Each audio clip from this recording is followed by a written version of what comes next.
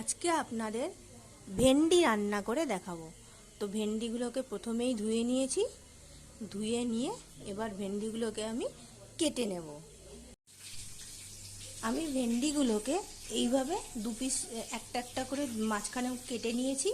কেটে নিয়ে এইভাবে ঠিক কেটেছি। কাটার পর এর মধ্যে নুন, হলুদ, লঙ্কার গুঁড়ো, জিরের গুঁড়ো, ধনের গুঁড়ো আর দিয়েছি আদার পাউডার।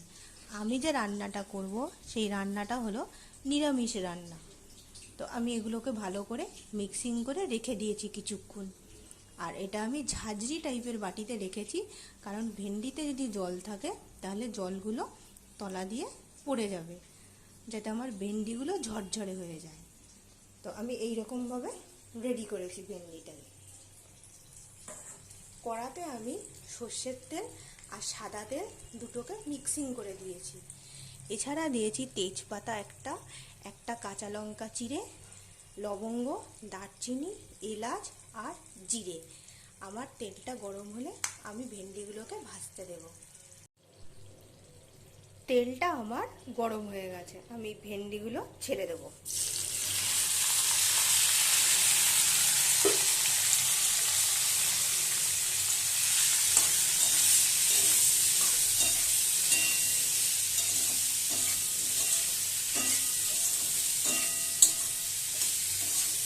ভালো করে ভেন্ডিগুলোকে তেলে ভেজে নেব।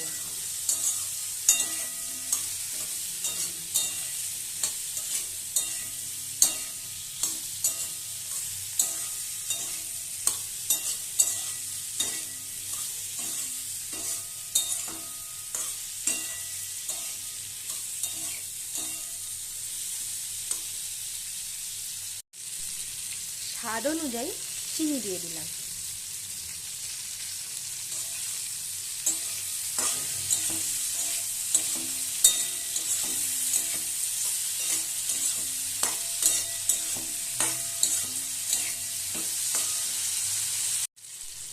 নিরামিষ রান্না স্বাদ ভালো করার জন্য আমি টমেটোর বদলে আমচুর পাউডার দিয়ে দিলাম।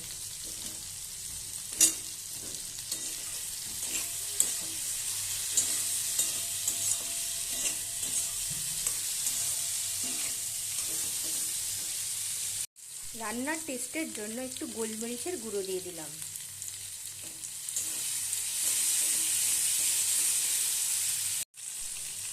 রান্নার টেস্টের জন্য একটু হিং দিয়ে দিলাম। হিং দিলে নিরামিষ রান্না খুব সুন্দর একটা গন্ধ আসে, সেই জন্য হিং দিলাম।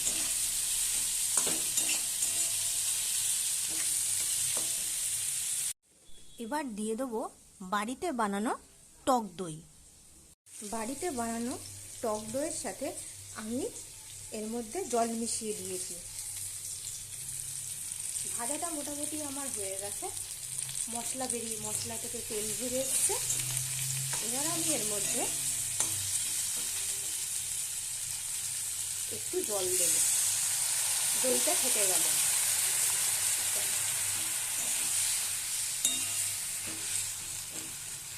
একটু সেদ্ধ হলেই আমি দইটাও দিয়ে দেবো এরপরে।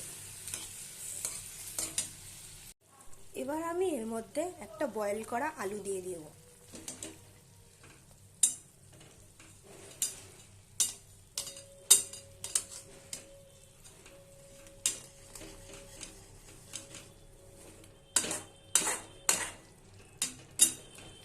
মিক্সিং করে দিলাম বয়েল করা আলুটা।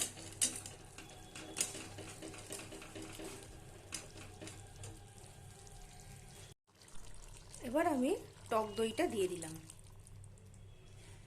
এবার ভালো করে ফুটতে থাকবে।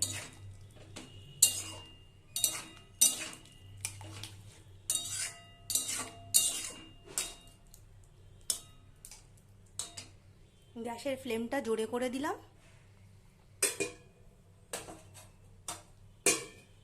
আর ঢাকা দিয়ে দিলাম।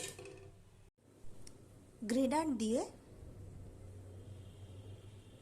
নারকেল কুড়িয়ে নিলাম আর নিলাম ধনেপাতা। ঢাকনাটাকে তুলে দেখি, এবার 5 মিনিট হয়ে গেছে।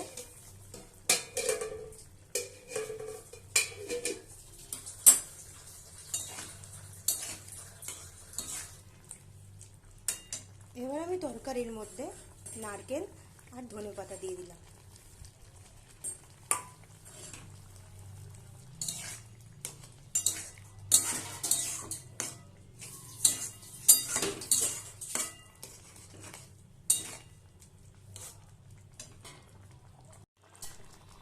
এইভাবে আস্তে আস্তে আমি ভেন্ডির জলটা কিন্তু শুকিয়ে নেব, দিয়ে ভেন্ডিটা পুরো মাখা মাখা করে নেব।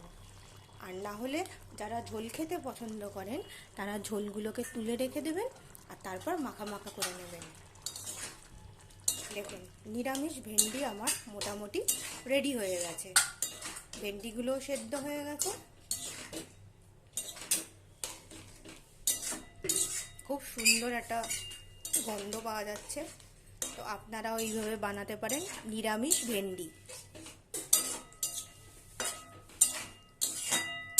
বাড়িতে যেই যেই উপকরণগুলো থাকে মশলাপাতি সেই দিয়ে কিন্তু এইভাবে সুন্দর করে ভেন্ডি বানানো যেতে পারে। যারা আলু খেতে চান না তারা আলু দেবেন না।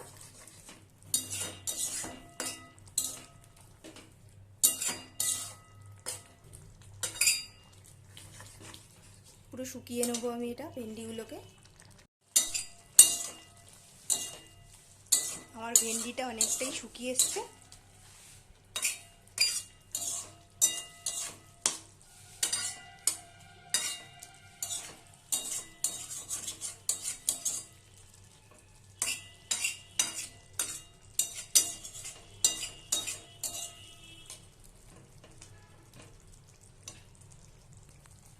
তো নিরামিষ ভেন্ডি আমার রেডি।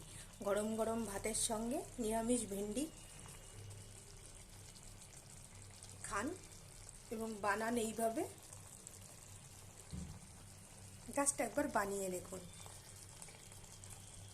তো ভিডিও দেখার জন্য সবাইকে ধন্যবাদ।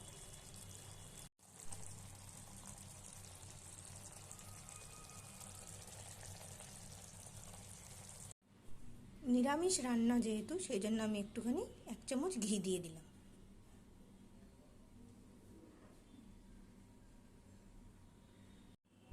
আর দিয়ে দিলাম গরম মশলা। ঘি আর গরম মশলা দেওয়ার পর একটু নাড়িয়ে নিই।